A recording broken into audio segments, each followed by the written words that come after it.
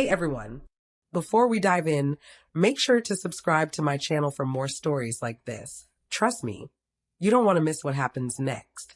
I never imagined my sister could slap me so hard that the whole Los Angeles terminal seemed to freeze.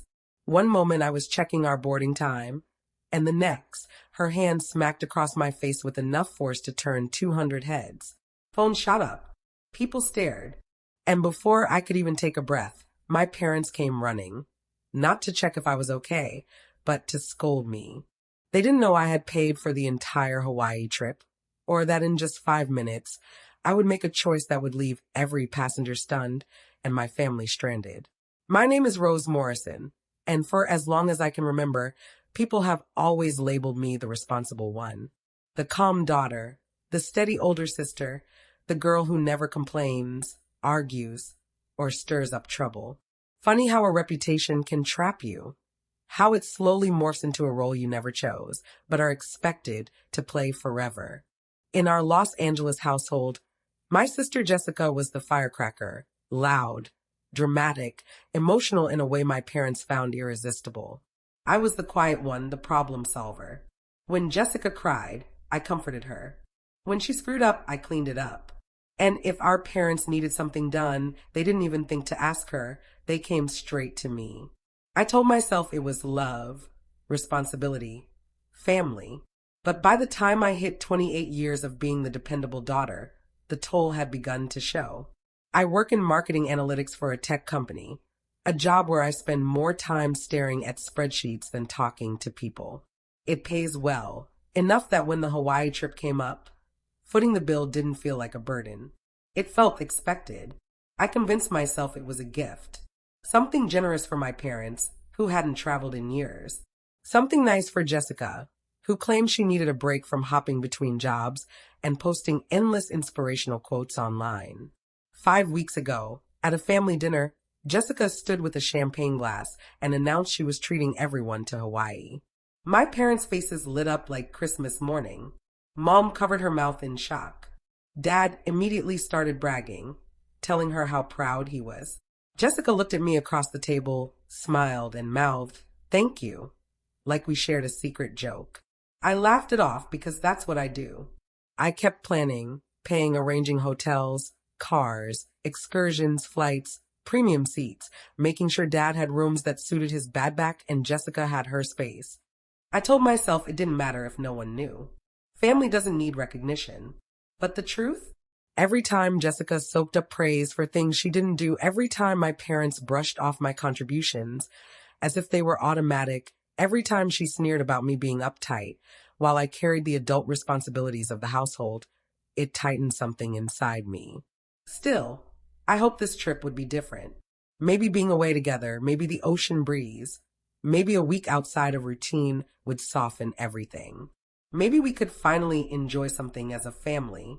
That's what I was thinking the morning we left, standing in the terminal with coffee in hand, boarding pass ready on my phone. Maybe this trip would finally be the break we all needed. I was wrong. So wrong that within minutes, everything I believed about my family came crashing down. The moment Jessica's hand connected with my face, the sound echoed like a dropped tray. For a heartbeat, the part of me that always tried to understand her went silent. My cheek throbbed, but worse was watching my parents sprint over, their panic aimed squarely at me. "What did you do to her, Rose?" my dad snapped before even looking at my face. I opened my mouth, but Jessica beat me to it.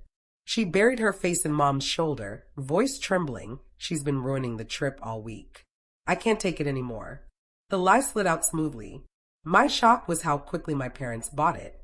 Mom stroked Jessica's hair, glaring at me over her shoulder. "Why can't you just let your sister enjoy herself?" There it was, the same script we'd performed since childhood. And standing there in Terminal 4, surrounded by strangers recording every second, old memories crashed back. The graduation party. Jessica barely passed high school, yet demanded a grand celebration. Mom and Dad couldn't afford it, so I quietly paid $2,000 for the cake, decorations, and backyard tent. Jessica gave a speech thanking Mom and Dad. Everyone clapped. Mom teared up, Dad hugged her, and there I was, flipping burgers by the grill, smiling like it didn't matter. 2 years later, she moved into a chic apartment downtown because I co-signed. She twirled through the empty living room, Instagram buzzing, proud of her independence. Never a word about the credit that carried her. The engagement. A whirlwind 4 months with a guy who adored her drama. She called me once, tears in her voice, about a ring she wanted but couldn't afford. I lent her $5,000. She bought it, posted it online with some Bible verse, and when our relationship ended, she held onto it. Never paid me back. Never mentioned it again. And the gifts, every birthday, every holiday, I was the one buying them from both of us because she always claimed she was broke, swamped, or too busy. For years, Mom thought Jessica had a better eye for presents than I did. But the memory that burned the most, the one I couldn't shake, was that family dinner 5 weeks ago. Jessica raised her glass, smiled sweetly, and announced, "I'm treating us to Hawaii. We leave in June. Everything's covered." Mom gasped. Dad called her amazing. Jessica basked in the praise like sunlight. Then she turned to me and mouthed a quiet, "Thank you," with that sly little smirk she thought no one ever noticed. I felt a warmth rise in my chest, not pride, but something tighter, heavier, a resentment I hated to admit. Now here we were, in the chaos of a crowded airport, the same scene playing out for what felt like the 1000th time. Jessica acting like the victim, my parents siding with her, and me, the villain by default. "Apologize," Dad said, stepping in like a referee. "Do it properly." My cheek throbbed, but I swallowed, as always. "I didn't do anything," I whispered. His voice lowered, that familiar disappointed tone he'd used my whole life. "You made your sister cry. Fix it." I looked at Jessica, mascara perfectly applied as if rehearsed, and something inside me shifted. Not anger, not yet, but something quieter, colder. A realization. Nothing I'd done in 28 years had ever balanced the scales. Not the trips, the money, the favors, the quiet sacrifices. And in that moment, standing alone among 200 strangers, it hit me with absolute clarity. If I kept playing the part they'd written for me, I would lose myself entirely. After Dad's command, "Fix it," I simply stood there. The burn from her slap radiated across my cheek. Sharp, yes, but it wasn't the sting that blurred my vision. It was the realization.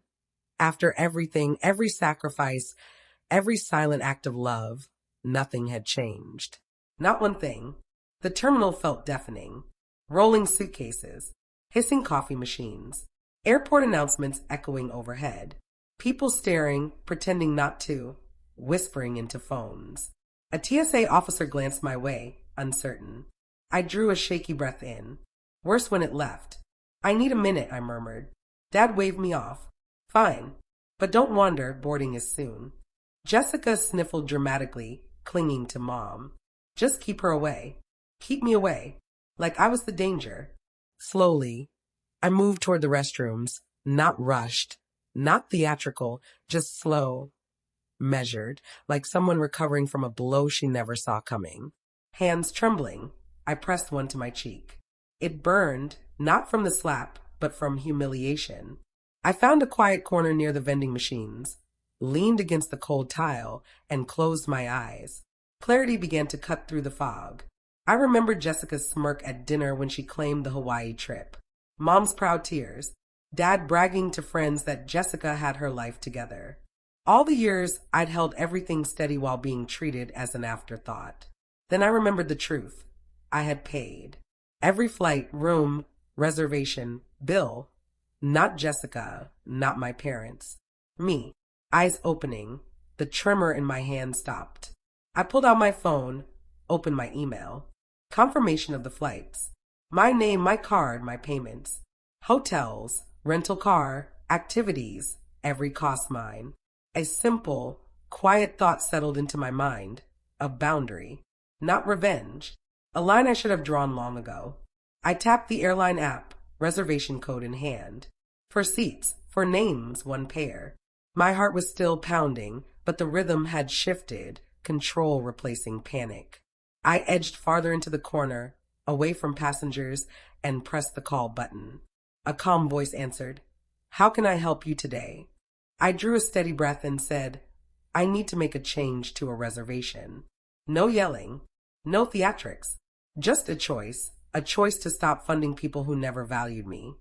As the agent pulled up the tickets, I glanced toward the gate. My family, together, laughing softly now that their storm had passed. Jessica scrolling her phone, likely checking her lipstick. Parents relieved that the problem had stepped aside. They had no idea that for the first time, I wasn't returning to them in pieces. Not to apologize, not to maintain peace. I was returning as someone entirely unseen before. Someone who finally understood my worth. The agent placed me on hold. Soft instrumental music played through my earbuds. I pressed against the cold tile wall, heartbeats slowing into a calm, purposeful rhythm. Never before had I felt such calm in this kind of moment. Not when Jessica cried to escape consequences. Not when my parents blamed me for things I hadn't done. Not when I paid bills that weren't mine. For once, the silence wasn't suffocating. It was liberating. The agent returned. All right, I have your reservation pulled up. For passengers to Honolulu. How can I help you? I swallowed, voice steady. I'd like to cancel 3. There was a brief pause. 3 tickets? The agent asked. Yes. Keep only the one under Rose Morrison. Another pause, longer this time. Understood. There will be cancellation fees, but the travel credit will return to your account since the payment came from you. Perfect, I said. Go ahead. With a few clicks on her end, just like that, the balance of power in my family shifted for the first time in 28 years. When the cancellation confirmation arrived in my inbox, I stared at it for a long moment. 3 names erased. 3 people who had relied on my silence as permission for far too long. I wasn't angry anymore. I was done. Next, I opened the hotel reservation in the app. 2 adjoining ocean view rooms for guests charged to my card. I dialed the number and was greeted by a cheerful woman with a warm island accent. How can I help you today, Miss Morrison? She asked. I'd like to modify my reservation, I said. Change it to 1 room, 1 guest. She made the adjustments, processed a refund for the difference, and wished me an enjoyable stay. Then came the rental car, downgrading from the large SUV my dad insisted on to a compact, a vehicle just for me. One I didn't need to justify to anyone. Every call made me feel lighter. Every refund returned a piece of myself. By the time I finished, I no longer felt like the girl who had been slapped in an airport. I felt like the woman I hadn't recognized in years. Rose Morrison, finally in control of her own life. I slipped my phone into my bag and walked toward gate 76. The airport felt different now. Neutral, almost gentle, as if the world had stopped leaning against me. When I reached the seating area, my family hadn't noticed me yet. Jessica was laughing at something on her phone. Mom was rummaging through her purse, and Dad was reading the news on his tablet. They looked calm, peaceful, as if the violence of 10 minutes earlier had never happened. I stepped into their line of sight. I'm heading to my gate now, I said. Mom looked up, confused. What? This is your gate. Not anymore. Jessica narrowed her eyes. What do you mean? You're not going to Hawaii? Jessica laughed sharply, disbelief written across her face. Rose, what are you talking about? Stop being dramatic. I lifted my phone, showing the screen to them. I canceled your tickets. All 3. The silence that followed was heavy, suffocating. Dad stood abruptly. You what? Jessica snatched the phone, staring at the cancellation confirmation, as if it were written in a foreign language. No. This isn't. Why would you do this? I booked this trip. You didn't, I said quietly. I did. Every part of it. Mom's voice trembled as she stood. Rose, this isn't funny. It's not a joke. Check with the airline if you don't believe me, I replied. Dad pulled out his phone, dialing, repeating the confirmation code firmly. Jessica hovered beside him, shaking her head, whispering, she's lying. She's lying. But when the agent on speaker confirmed only 1 remaining passenger, me, Jessica's expression crumbled. Dad lowered his phone slowly. How could you do this? How could you? I looked at him steadily. How many times have you watched her lie and watched me take the blame? How many times have you praised her for things I paid for? How many times have you asked me to stay silent to keep the peace?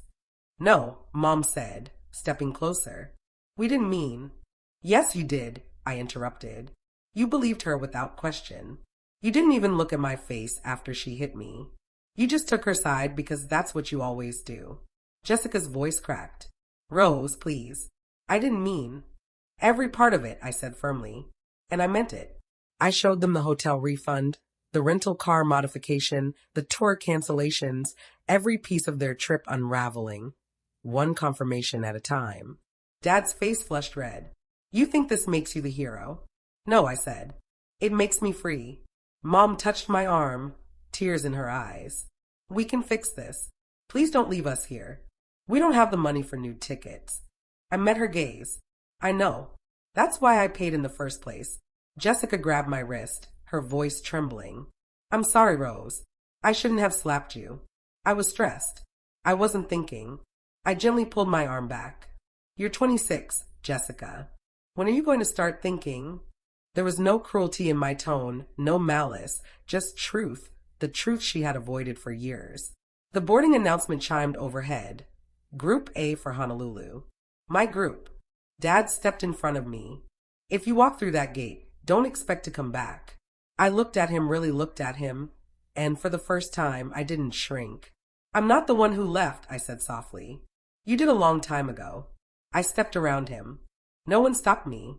The gate agent scanned my ticket, gave me a sympathetic glance, and said quietly, rough day.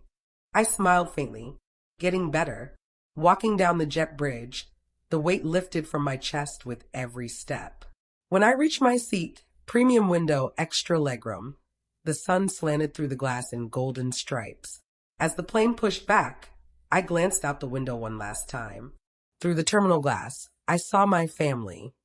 Jessica pacing, Mom crying into her hands, Dad arguing with the gate agent as if he could force the world back into the shape he wanted. They looked lost, like actors who had forgotten their lines when the script changed. Hawaii felt different the moment I stepped onto the balcony of my room. The ocean stretched endlessly, deep blue, making you feel both small and safe. I let the breeze hit the cheek Jessica had slapped hours before, and for the first time in years, it didn't sting. The next few days I spent snorkeling, hiking, eating alone without apology. My phone buzzed constantly with calls full of anger, confusion, and apologies, but I silenced them all. On the flight home, I finally opened the letter my parents had mailed to my apartment. They admitted everything. The favoritism, the blind spots, the years of taking me for granted. They apologized. I folded the letter gently and placed it in a drawer. I wasn't ready to respond, but for once, the choice was entirely mine. I've learned that peace doesn't come from staying quiet. It comes from finally choosing yourself. My family may or may not change, but I am no longer carrying the weight of their choices. Setting a boundary wasn't cruel, it was survival. If this story resonates with you, you're not alone. Share your thoughts in the comments and tell me where you're watching from. And if you want more true family stories like this, subscribe so you never miss the next one.